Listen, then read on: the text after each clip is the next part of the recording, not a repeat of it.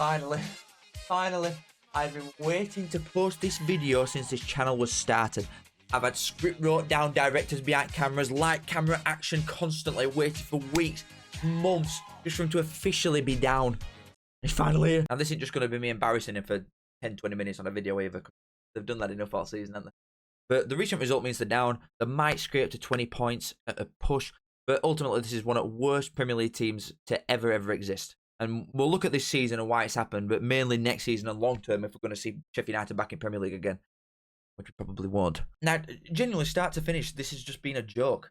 An absolute joke. It's a circus. They started this season with 9 losses and a draw in the first 10 games. We had loss at home to League One Lincoln in between. And there's no wrong with losing at home to Lincoln. Only super teams do that. But you're not really getting me excited at start when you're losing that many games on bounce and you've just come up. They've only won 3 games all season. They've conceded more than 90 goals already.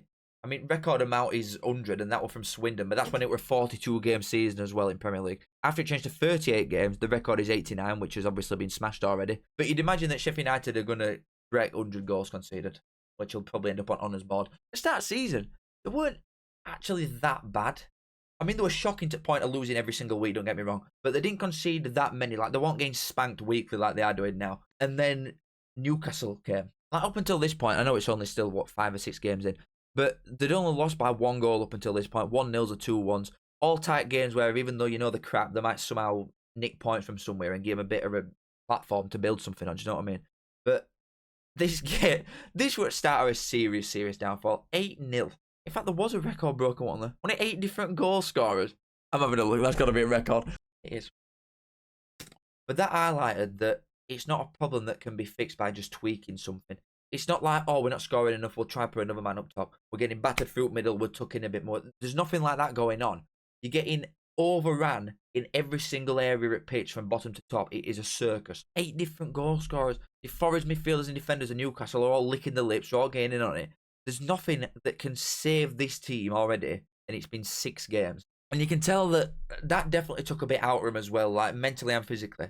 Because before that, like I just said, they're only losing by 1 goal at most, and that very quickly changed. You know, players probably realised quite quickly, now we are shit. After that 8-0, they lost 2-0 to West Ham, 5-0 to Arsenal, 3-1 to Bournemouth, 5-0 to Burnley, 2-0 to Liverpool, 2-0 to Chelsea, 2-0 to Man City.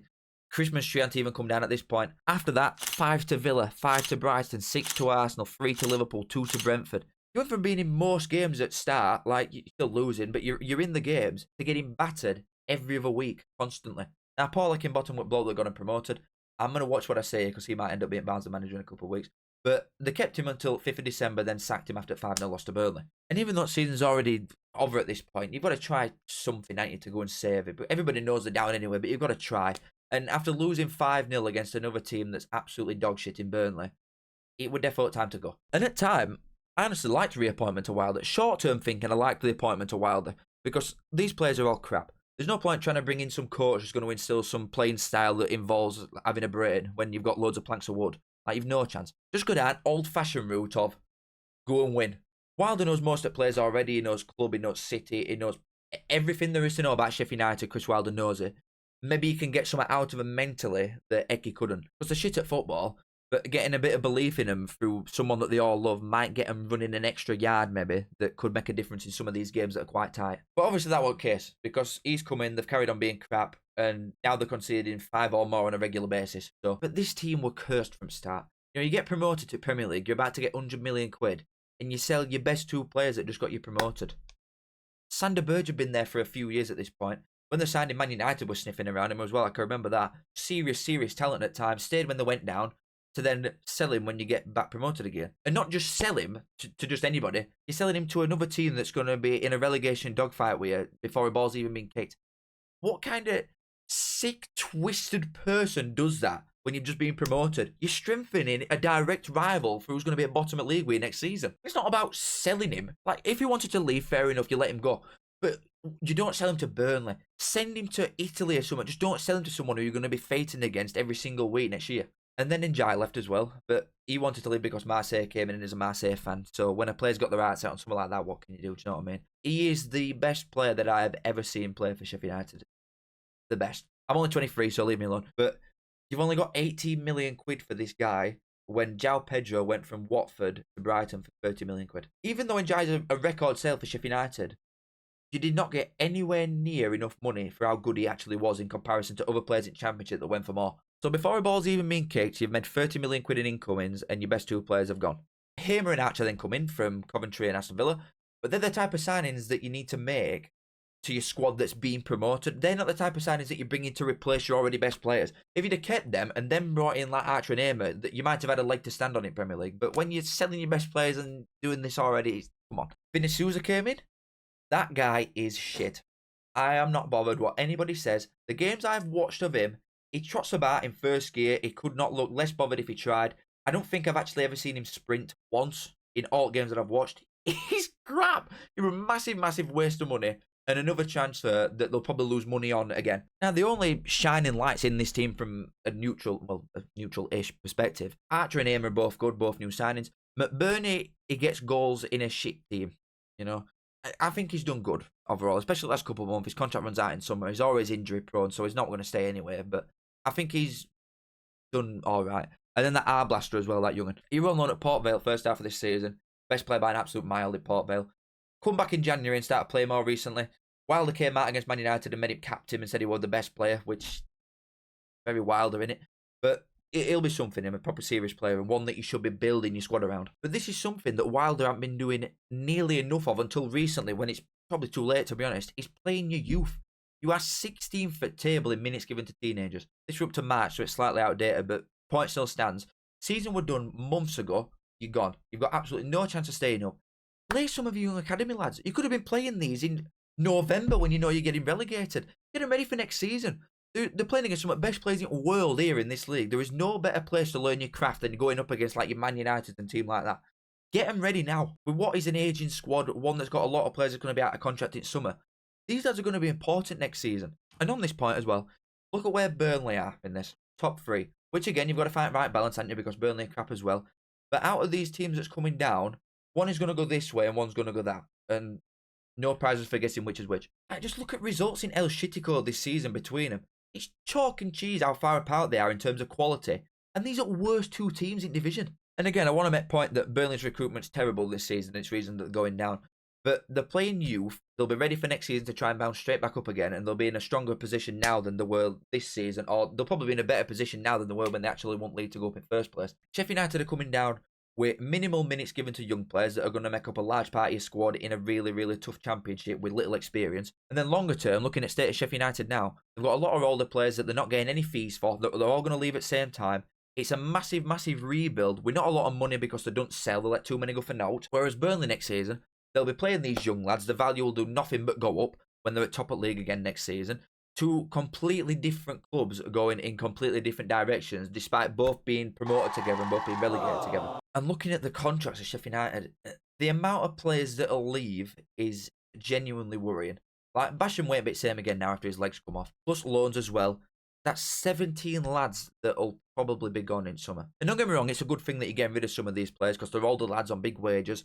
But this is a complete overhaul of a squad that is needed. And on top of them 17 players that are out of contract, you might get some that stay, you know what I mean? But you're going to expect some of your better players to leave as well. That Anal Dave, that centre-half will probably leave, not for loads of money. Archer might go, Sousa might go, but that would be a good thing. Aimer might. You're going to be left with scraps, like a shit squad. Without looking at any incomings at the minute, if you look at the lineup, if all these lads do leave and you get rid of your better players and all these that go out on a free end of summer, you've got Gerbic in net, who ain't got any arms. He's shit. Robinson stood on his own at centre-half. You've got Trusty at left-back, Blaster and maybe Aimer at middle, potentially Archer up front. That's a right squad, that. Money-wise, they're not exactly rolling in it to be able to bring loads and loads of players in. They lost 32 million quid last season in season that they got promoted. I mean, God himself knows what their accounts will look like from this season, but they've only got a net spend of about 30 million quid. They've not spent loads of money. You get 100 just for existing in Premier League, so they should be fine. But they're not going to come down and spend loads and loads of money like a certain other team in Yorkshire that came down, spent 35 million quid and might not even get promoted. Now, looking at who they'll actually bring in, I mean, Jesus Christ, this will be something. You're going to have to play with a lot of free transfers at Championship or League One because you're not going to spend loads of brass. Moat could maybe see that. I don't know if he'll stay at West Brom. Someone like Chris Willett from QPR, Alan Brown at Preston. There's a lot of frees that you might pick up Championship-wise. But even the best three, like Callum O'Hare might leave at Coventry. He's not agreed terms yet as I've recorded this video. You're not even in hat for someone like that. So your top championship players still aren't going to come, even on frees. And if you go down again to League One ones, you might come shopping at Basel. We've got 6 of our first team, and I mean, come and have them all, to be honest. As far as like big signings for actual money go, they might make a couple, but it'll be not crazy. Like Cameron Brannigan at Oxford, I think he's someone that shouldn't have been there for the past 4 seasons. He's so good and he's still there. There's just no way that he don't leave if Oxford don't get promoted. There's absolutely no way. Him sat next to Arblaster at middle would be good. Defensively, I mean, it'd be ambitious to go for like a cash in at Derby, but if Derby get promoted, there's no way he's leaving. Ronnie Edwards at Peterborough, but they've not got the money for these type of players. Johan St. Rotherham keeper, he seems to be one that every team in England wants, to be honest. It's above Rotherham. But he'd not have to move house or move his kid's school if he were to go to Sheffield United, so that might work in their favour over him going to someone like Stoke, for example. For actual purposes, spending a lot of money. Cameron Brannigan, again, like I've just said. Poco at Peterborough. The winger is direct, he's fast, he can finish. He's not going to cost you 10 million quid. Quite an easy one. And like I keep saying, they haven't got the money to come down and buy like a Morgan Whittaker or Sammy Smodics. Players like these at bottom end at Championship that are like a star man for their team, they aren't in budget. So it's just settling for frees and what's actually affordable, which ain't a lot. Like realistically, with what they're going to lose in summer, like all the players, it's going to be a big rebuild, a lot of young ones coming through. Wilder as a manager, I'm not overly convinced of in Championship, to be completely honest. They're nowhere near top 2 in terms of quality. They're nowhere near top 6. Like Championship is just getting stronger and stronger year after year. And I don't want to sound biased because I'm a Barca fan and this is Sheffield United, but I'm just going to say what I honestly think, which is that they'll probably finish anywhere between 14th to like 18th. I think they'll start season just so badly. Like, this is the rebuild of all rebuilds in hardest league in the world, where the average quality team is just so good from top to bottom. It's going to be more or less a full new squad with not a lot of money, heavily reliant on youth most likely, with little experience, because Wilder's not given him enough minutes in Premier until recently. In a league where everyone seems to constantly get better, and the level improves always. It's going to be focusing, and I'm going to sound harsh, but it's going to be focusing on staying up first and foremost, and then just seeing what happens after that. If you get top half, I think that's a really good year for Sheffield United. But I honestly think they'll be closer to doing a Sunderland than they will to doing a Leeds or a Leicester. And these are best team in Sheffield as well, by the way. So just imagine how shit you've got to be worse than these. But that is my judgment that nobody asked for. Make sure you subbed and all that crap. I love you all. I'll see you next season, Blaze, because you're going back to the well. Yeah!